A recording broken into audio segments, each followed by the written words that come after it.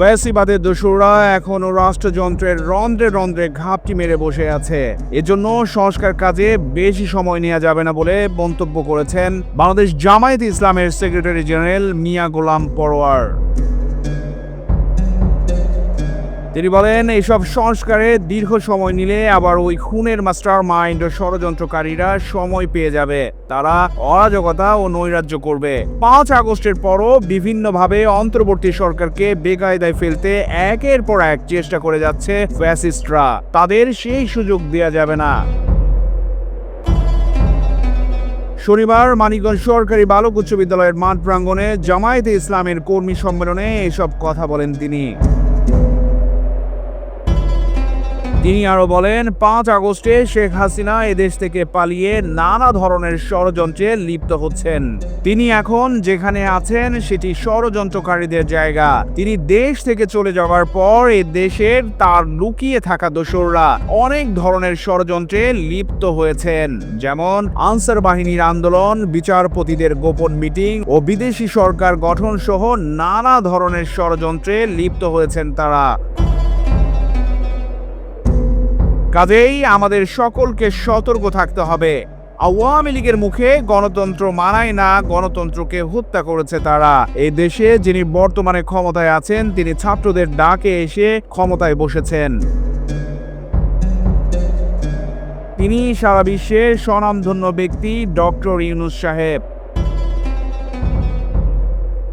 এদেশের গণতন্ত্রের যে জ্বর এসেছে সেই জ্বর কমানোর পরেই এদেশের নির্বাচন দেয়া উচিত। মানিকগঞ্জের ইতিহাসে বাংলাদেশ জামায়াতে ইসলামীর সবচাইতে বড় সম্মেলন এটি। বাংলাদেশের ইতিহাসে মানিকগঞ্জে এত বড় সম্মেলন বাংলাদেশ জামায়াতে ইসলাম আগে কখনো করতে পারেনি।